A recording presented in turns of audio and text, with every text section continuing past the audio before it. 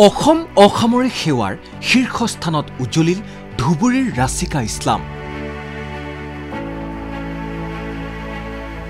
Assam police সেৱাৰ প্ৰথম স্থানত জিলিকিল হোজাইৰ ৰোহিত চৌধুৰী।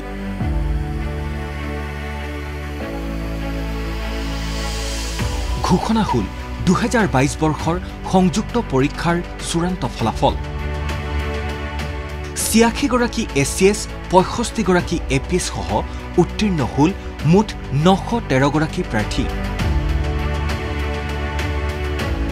মৌখিক পৰীক্ষাৰ পিছত এপিএছচিয়ে ঘোষণা কৰা ফলাফল অনুসৰি মুঠ 913 গৰাকী প্ৰাৰ্থীক এছিএছ, এপিএছ আৰু অন্যান্য সংলগ্ন সেৱাৰ বাবে বাছনিভুক্ত কৰা হৈছে।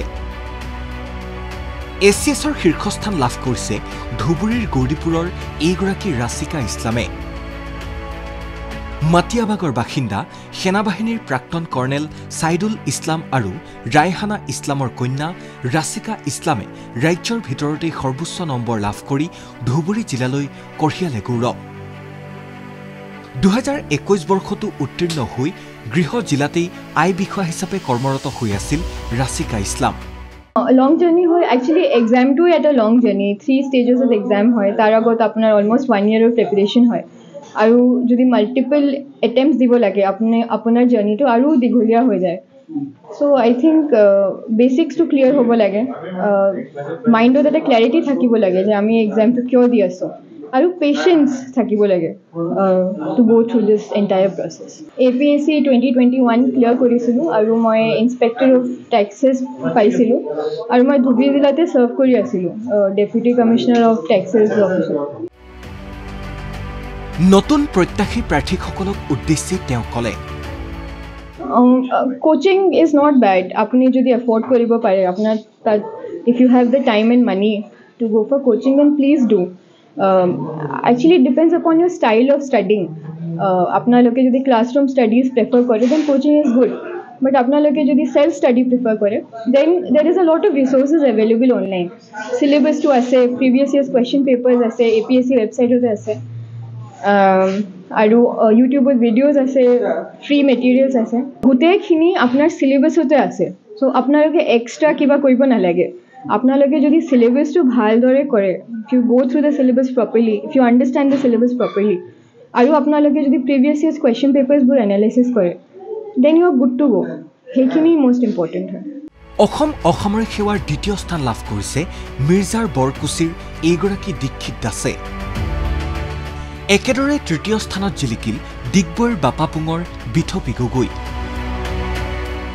সুকুমাৰ গগৈ আৰু মাধুৰী গগৈৰ দ্বিতীয় কন্যা বিথপী গগৈয়ে ডিগবৈৰ কাৰ্মেল স্কুলৰ পৰা মেট্ৰিক আৰু RD জুনিয়ৰ কলেজৰ পৰা দ্বাদশ শ্ৰেণী উত্তীৰ্ণ হৈছিল।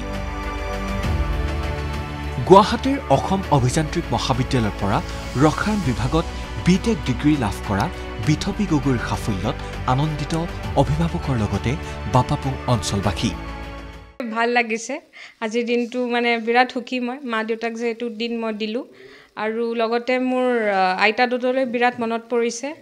তেওঁলোকৰ নাম হয়, দদৰ নাম স্বৰ্গীয় মহেন্দ্ৰনাথ গগৈ আৰু আইতাৰ নাম স্বৰ্গীয় পদ্মকান্তি গগৈ। আৰু মোৰ বিৰাট ভাল লাগিছে, আৰু মই বাপাপুং নিবাসী হয়, আৰু চবৰে আশীৰ্বাদ বিচাৰিছোঁ অহাৰ যাত্ৰাটোৰ বাবে। অসম পুলিচ সেৱাৰ শীৰ্ষস্থান লাভ কৰিলে হোজাইৰ ষ্টেচন ৰোডৰ ৰোহিত চৌধুৰীয়ে ক'লে, কষ্ট আৰু অধ্যাৱসায়ৰ ফল পাই আনন্দিত হৈছোঁ। মই আগৰ পৰা প্ৰিপাৰেশ্যনটো কৰি আছিলোঁ, মোৰ কনফিডেঞ্চ আছিলে প্ৰিপাৰেশ্যন কৰাৰ টাইমতে পৰাই যে মানে এটা কিবা ভাল পোষ্ট পাম বুলি, আৰু প্ৰিপাৰেশ্যন কৰিছোঁ, কষ্ট কৰিছোঁ, আৰু ভগৱানৰ আশীৰ্বাদত আৰু মা দেউতাৰ আশীৰ্বাদত মানে পাইছোঁ পোষ্টটো। সেইটো মানে ভাল লাগিল, আৰু বহুত পাইকিনি অসমত ফাৰ্ষ্ট টাইম পাইছোঁ APSত, সেইটো ভাল লাগিছে। অসম পুলিচ সেৱাৰ দ্বিতীয় স্থানত শ্ৰেয়া আগৰৱাল আৰু তৃতীয় স্থান লাভ কৰিলে ভাৰ্গীছ কুমাৰ ডেকাই। APSCয়ে এইবাৰ অসম অডিট সেৱাৰ 77 গৰাকী সহকাৰী অডিট বিষয়া, 103 গৰাকী অসম নগৰ প্ৰশাসনিক বিষয়া, 415 গৰাকী সহকাৰী একাউণ্টছ অফিচাৰ বাছনিভুক্ত কৰিছে। বাকীসকল প্ৰাৰ্থীক সংলগ্ন সেৱাৰ বিভিন্ন শাখাৰ বাবে বাছনি কৰা হৈছে। সামগুৰিৰ অনুপম শইকীয়াই গাণনিকৰ বিভাগত 280 সংখ্যক স্থান লাভ কৰি আকৌ এবাৰ প্ৰমাণ কৰি দেখুৱালে যে দৰিদ্ৰতা কেতিয়াও সফলতা প্ৰাপ্তিৰ ক্ষেত্ৰত হেঙাৰ হ'ব নোৱাৰে। মিছা পানীগাঁও চিকিৎসালয়ত ইতিমধ্যেই কৰ্মৰত অনুপম শইকীয়াই 2022 চনৰ পৰাই আৰম্ভ কৰিছিল প্ৰস্তুতি। মই স্বাস্থ্য বিভাগত কৰ্মৰত হৈ আছো বৰ্তমান মিছা পানীগাঁও ৰাজ্যিক চিকিৎসালয়ত। ব্যস্ততাটো আছিলে কামৰ মাজত, সেইখিনি আপোনাৰ অফিচলৈ যাব লাগে সময়খিনি মিলাই পেলাই, আৰু আহি পেলাই যিখিনি সময় পাওঁ বা ৰাতি সময়খিনি মই ব্যৱহাৰ কৰিছিলোঁ। 2022 চনত যিহেতু মই নিযুক্তি লাভ কৰিছিলোঁ, সম্পূৰ্ণ মই মেৰিটৰ ভিত্তিতে লাভ কৰিছিলোঁ, মেধাৰ বলত লাভ কৰা এটা চাকৰি 2022 চনত। তেতিয়াই মোৰ বিশ্বাস উপজিছিলে আৰু তেতিয়াৰ পৰাই মই প্ৰস্তুতি চলাইছিলোঁ। আৰু এয়া মোৰ APSCৰ দ্বিতীয় এটেম্প্ট আছিলে। প্ৰথম এটেম্প্টত মই মেইনছ লিখিছিলোঁ কিন্তু ইণ্টাৰভিউ পোৱা নাছিলোঁ, কিন্তু দ্বিতীয়বাৰত মই এই খ্যাতি লাভ কৰিছোঁ। পিতৃয়ে দিন হাজিৰা কৰি পুত্ৰক সৰুৰে পৰা শিক্ষা গ্ৰহণৰ ক্ষেত্ৰত কৰিছিল সহায়। পুত্ৰৰ সাফল্যত আজি গৰ্বিত অভিভাৱকৰ লগতে গাঁওবাসী। গতিকে তাক আমি দিব একো নোৱাৰিছিলোঁ, কিন্তু আশীৰ্বাদ আছিলে তাৰ ওপৰত, ভৰসা আছিলে।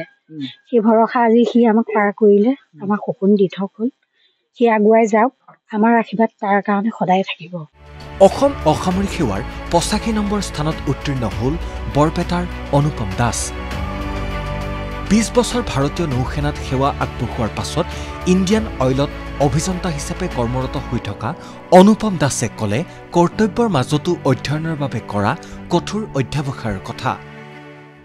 আৰু এই গোটেইখিনি যিখিনি জাৰ্ণি মোৰ গ'ল, তাত মোক কিছুমান কোচিং ইনষ্টিটিউটে হেল্প কৰিছিলে, আৰু মই যিহেতু ইয়াত চাকৰিত আছোঁ অলপ টাইম কম পাইছিলোঁ। এই কম টাইমৰ ভিতৰত টাইমটো মেনেজ কৰাটো বহুত ডাঙৰ কথা আচলতে। টাইম মেনেজমেণ্টটো ইটছ মানে মেজৰ চেলেঞ্জ এইটো এটা মোৰ এইটো জবত থাকি পেলাই, বিকজ এইটো জবটো হৈছে ডে নাইট জব। মানে এনি টাইম আপুনি ফিল্ডত থাকিব লাগিব, বিজি থাকিব লাগিব। তাৰপিছতো মই বহুতখিনি টাইম মানে মেক্সিমাম টাইম মই ইউটিলাইজ কৰিছিলোঁ যাতে মোৰ ৱেষ্ট নহয়। ইভিন মই কেতিয়াবা লাঞ্চ ব্ৰেকৰ সময়তো লাঞ্চ স্কিপ কৰিছিলোঁ যাতে সেইখিনি সময় মই ষ্টাডিত ইউটিলাইজ কৰিব পাৰোঁ, আৰু তাৰ ফলতে আজি এই পোষ্টটো পালোঁ। বঙাইগাঁৱৰ ধৰ্মপুৰৰ ৰাইনা দাসে লাভ কৰিছে এছিষ্টেণ্ট একাউণ্ট অফিচাৰৰ 57 নম্বৰ স্থান। অধ্যয়ন মই ট্ৰাই কৰিছিলোঁ যে মই চিলেবাছটোৰ লগতে ষ্ট্ৰিক্ট থাকোঁ। চিলেবাছৰ বাহিৰত মই একো তেনেকৈ প্ৰিপেয়াৰ কৰা নাই। নিউজ পেপাৰ, কাৰেণ্ট এফেয়াৰ্ছ সকলোৱে কৰে, সেইখিনিতকৈ মই ৰেগুলাৰ কৰিছিলোঁ, আৰু সেইটোৱে কনচিষ্টেঞ্চি মেইনটেইন কৰিছিলোঁ, আৰু এইখিনি। একেদৰে ডেৰগাঁৱৰ কোৰালগুৰি উচ্চতৰ মাধ্যমিক বিদ্যালয়ৰ প্ৰাক্তন ছাত্ৰ প্ৰভাকৰ প্ৰতিম দত্তৰ সাফল্যত চৰকাৰী বিদ্যালয়খনত উচ্চতমুখৰ পৰিৱেশ। 2016 চনত মই ইয়াৰ পৰা মেট্ৰিক পৰীক্ষা পাছ কৰিছিলোঁ, আৰু তেওঁলোক সকলোকে কৃতজ্ঞতা জ্ঞাপন কৰিছোঁ। আজি এই মুহূৰ্তটোক মোক আমন্ত্ৰণ জনাইছে, আৰু সকলোৰে মাজত উপস্থিত থাকিবলৈ পাই যথেষ্ট সুখী অনুভৱ। 5 বছৰ পূৰ্বে দৃষ্টিশক্তি হেৰুওৱা ৰহাৰ এইগৰাকী আলোক ডেকাই লাভ কৰিলে 351 সংখ্যক স্থান। মই প্ৰথম এটেম্পটোত 2018ত মই মেইনছলৈকে গৈছিলোঁ, আৰু তেতিয়ালৈকে মোক বন্ধু দুজনমান বা মোৰ ভাইটি কেইজনমানে মোক সহায় কৰিছিলে, কিন্তু পিছলৈ তেওঁলোকৰ ব্যস্ততা হ'ল, সময় দিব নোৱাৰা হ'ল। গতিকে মই ভাবিলোঁ কি ইয়াতে মই ৰৈ নাযাওঁ, মই নিজাববীয়াকৈ মই প্ৰস্তুতি আৰম্ভ কৰিলোঁ। মই ইউটিউবত ভিডিঅ' শুনি পেলাই মই বুজি লওঁ, বুজি পেলাই ধৰক আমাৰ APSCটোতো স্ক্ৰাইবৰ সেইটো সুবিধাটো দিয়ে আমাৰ নিচিনা ভিজুৱেল ইম্পেয়াৰ্ড কেণ্ডিডেটৰ কাৰণে। গতিকে তেওঁলোকে সহায় কৰিলে, আৰু সেই সহায় কৰাৰ পিছত আজি মই ফলাফল লাভ কৰিলোঁ। আৰু অসম আৰক্ষী সেৱাত 53 সংখ্যক স্থান লাভেৰে ৰহাৰ পুথিমাৰীলৈ গৌৰৱ কঢ়িয়াই আনিলে বিতু বৈশ্যই।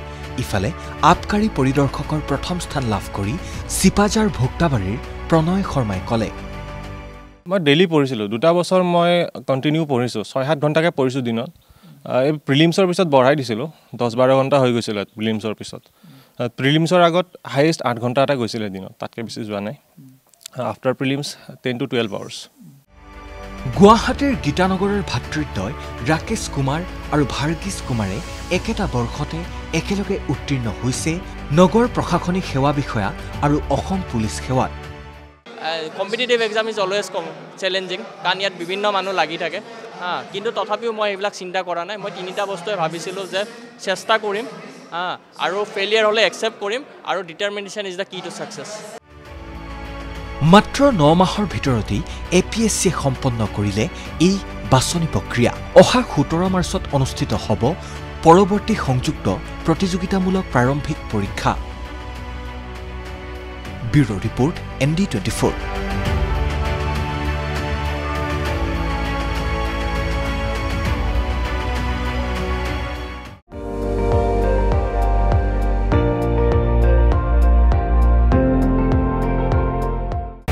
আপুনি চাই আছে ND24, সৰ্বশ্ৰেষ্ঠ নহয় সৰ্বোত্তমৰ দৌৰ।